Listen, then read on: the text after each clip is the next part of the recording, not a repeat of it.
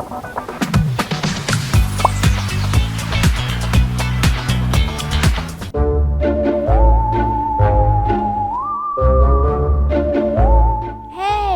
Bảo Hà! Bảo Hà! Where are you? The show has started and everyone is waiting for you. Oh, here you are. What are you doing here? Oh, the show has started and everyone is waiting for you. Really? Yeah, What time why is is the light off? it? Really? What time is it? I'm not paying attention. Oh, just a few minutes. What are you doing here? Last night I watched an interesting movie about witches. One of them had the power to control the weather. I was amazed by that, and I really wish that I also have that power. I was doing a role play here with my book, so I was so enjoyed with and forgot about the time. Oh, alright, that's okay. Yeah. Alright, the weather control. Yeah, wow, interesting. But what kind of weather do you want to control exactly? Which kind? Let me see. Probably the rain. Recently, it's hot since summer has come. I wish here would be more rain so I could be more comfortable with the weather. Alright, I couldn't tell you how to make a real rain. However, I could show you the theory of how it has been made and how to create a mini-size rain with very simple and familiar tools that you can easily find around us. Is it true that we could create rain with our homemade materials and tools? Sure, why not? And everyone is waiting for us. Now, let's hurry. Okay, let's call today's show the Rain Summoner. Wow, good idea. Alright, so everyone, Tiny Scientist Club episode 2, The Rain Summoner. Let's begin!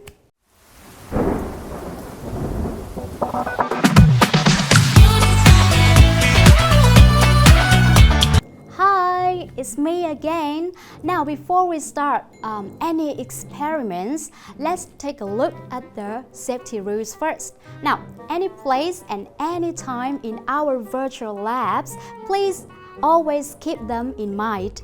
Now, rule number 1, be careful with sharp objects like knife or scissors. They might hurt you. Number 2, for dangerous or hard tasks, just ask for your parents' help because it would be terrible if you get injured. Number 3, remember to wear rubber gloves like me to ensure hygiene. Number 4, type into the chat box if you have any questions. We will try to answer all of your questions and please wait for us. And lastly, rule number 5, let's be nice by cleaning your mess after any experiments. Small things make great change. That's all just the essential only. However, they're very crucial.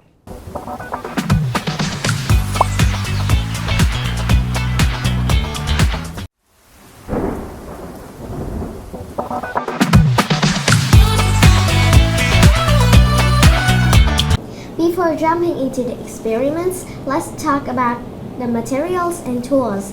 Now, I believe that we have announced which kind of stuff would be used in today's science, right, Ms. Dương? Yes. So, we should double check whether we have them all or not. Yes, alright. And you can see here we have ice cubes, water, a metal plate, and finally we will need a glass. Yeah, remember this. It should be a plain, colorless and transparent one, as same as the one I'm holding in my hand right now. You could use the jar or something else. As long as it's glass and transparent, the scientific phenomenon phenomenon will happen inside the glass. That's why we need it to be transparent. Therefore, we could see it clearly. Teacher, may I ask you a question? Yes, of course. I have wondered that about so long. I realized that not only the daily life, but also in the chemical labs, glass has always been used as container for all kind of chemicals. Why it is? First, I thought reason of the price, as glass as is usually cheaper. However, it seems not true. So why is it? Yes, an interesting question. As you said, glass is the most popular and widely applied in the world. They are used to make not only containers, but also eating utensils. Even kitchen tools are made of glass. And here is the reason. It's easy to manufacture in industrial scale and high heat resistant, and especially quartz sand, the main materials used to produce glass, is deployable and recyclable. I see. Yes. Furthermore, glass is inert. That means chemically react easily. It not chemically react easily with other substances and compounds. Therefore, when we preserve food with glass, it is ensured that unwanted impurities are not generated. That's how it is, teacher. Porcelain seems to have the same properties as glass. The price is also cheap, but why it is not widely used in a laboratory? Because porcelain does not meet the requirement of durability and transparency. When we perform experiments, we always have to observe the phenomenon happening, right? If it is porcelain, it will be difficult for us to do this. And in addition, porcelain is also very fragile and unsafe to perform experiments. Meanwhile, the glass material used to make the experimental kit has been upgraded to increase durability and avoid breakage due to impact or thermal shock in science experiments. This also ensures more safety for scientists when performing experiments. Fascinating. Thank you, teacher. Let me tell others the tiny scientists to note this down fun facts. Yes. Okay, so Bảo Hà, we have to get started. Otherwise, the ice cubes melt and nothing left for us to do the experiment. Yeah.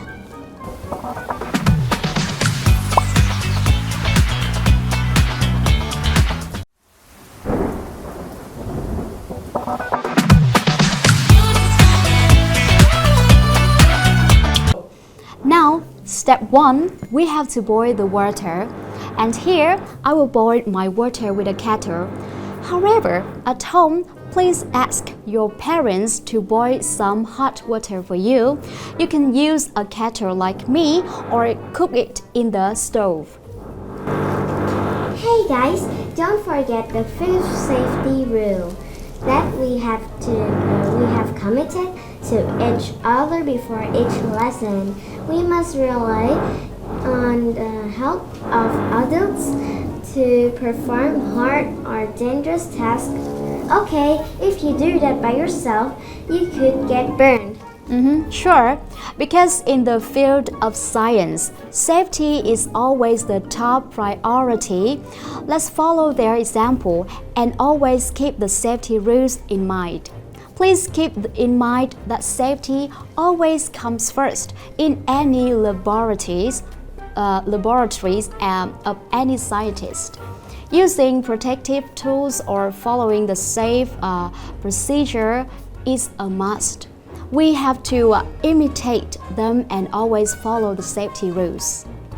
when the water has started to boil and bubbles are generated, we gently lift it down.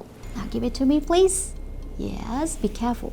All right, and place it on the base of the jar, like this.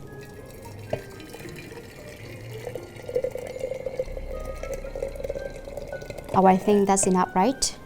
Okay, and it's not necessary for the water to boil completely. I see. Hot water here. I saw ice cube here. Why do we have to use both, teacher? Do we have to use the ice to cool down the water? It's not quite true. We use ice here as the secret to create the rain. Yeah. You're not kidding me, right? How can ice cube could be used to create rain? Could not see the relation here? Or do you mean by using the melting water from the ice cube? Soon enough, you will see. Next step, we will lay the metal plate on the jar to prevent the steam fly down. Could you see what happened? Piece of cake. I could describe it without looking at the jar. When we put hot water into the jar, especially a yard one, then close the jar lid, will steam into the glass and wall to create a foggy air inside the cup. Correct. However, the fog that we see in the glass, fog that we see in reality, the fog we see in the glass is water vapor consisting of water molecules that have a high temperature and tend to rise to the top. And water in this kind of fog is in the gaseous state. How can it be different from the usual fog that is also gaseous? It's far different. The kind of fog we see in cold environments, such as desert or highlands or mountains. In this case, fog is a bunch of countless tiny water particles having heavier density than air. They tend to sink down. Remember, steam kite fog goes up and real fog goes down.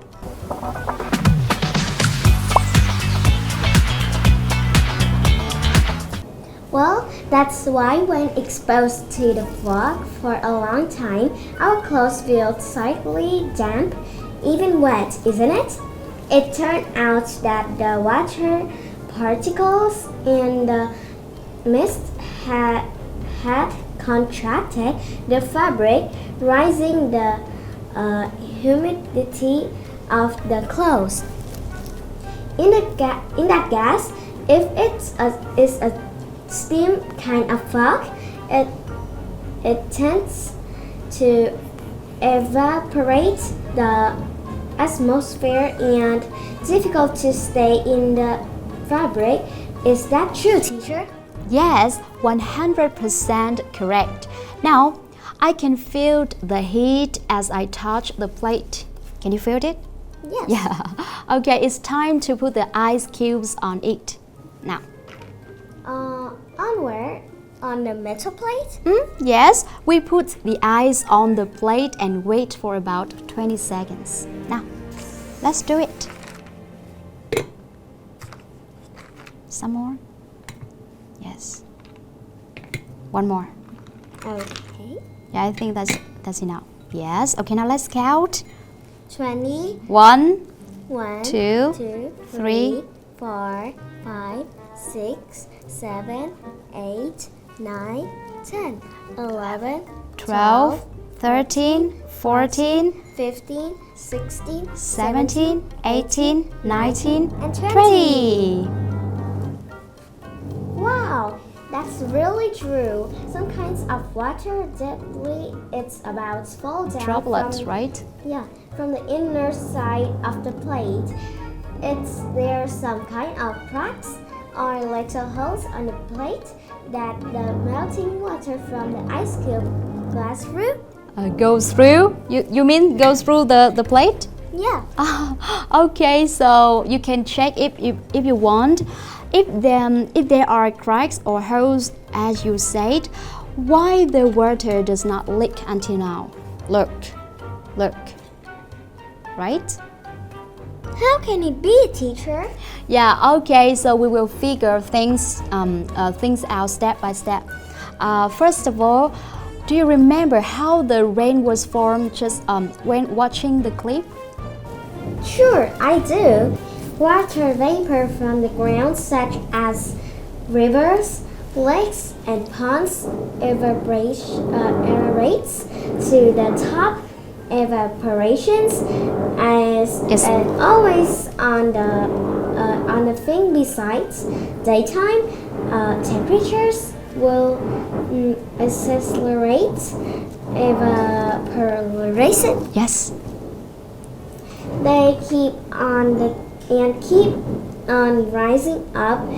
In contrast, that's with cold air and accumulate to form clouds. When the cloud meets the cold air, it will. That's right. I figured it out now. Yes. So what do you understand? Can you explain to our dear tiny scientist?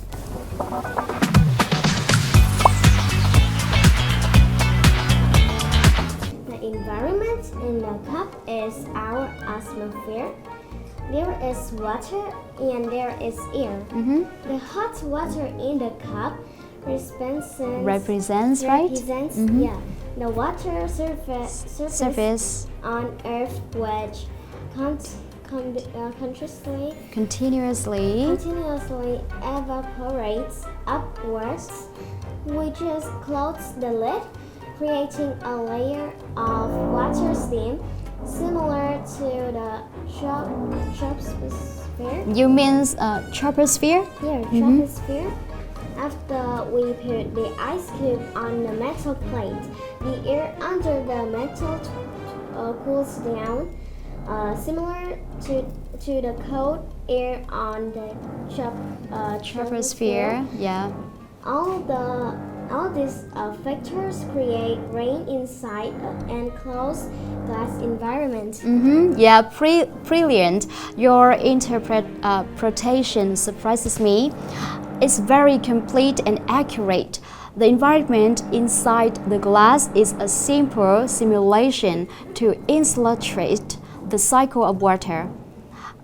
From rain falls to the ground, then evaporates and becomes rain again. It's a loop of water between water surface and troposphere.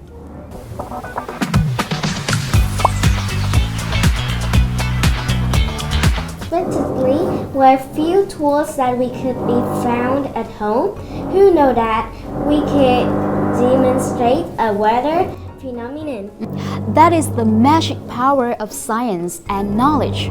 When we comprehend the truth hiding underneath the phenomenon, we could apply it to recreate it or apply it to make wonderful things. With the support of modern techniques and tools, people are fully capable of mastering natural elements, thereby exploiting them and create surplus value.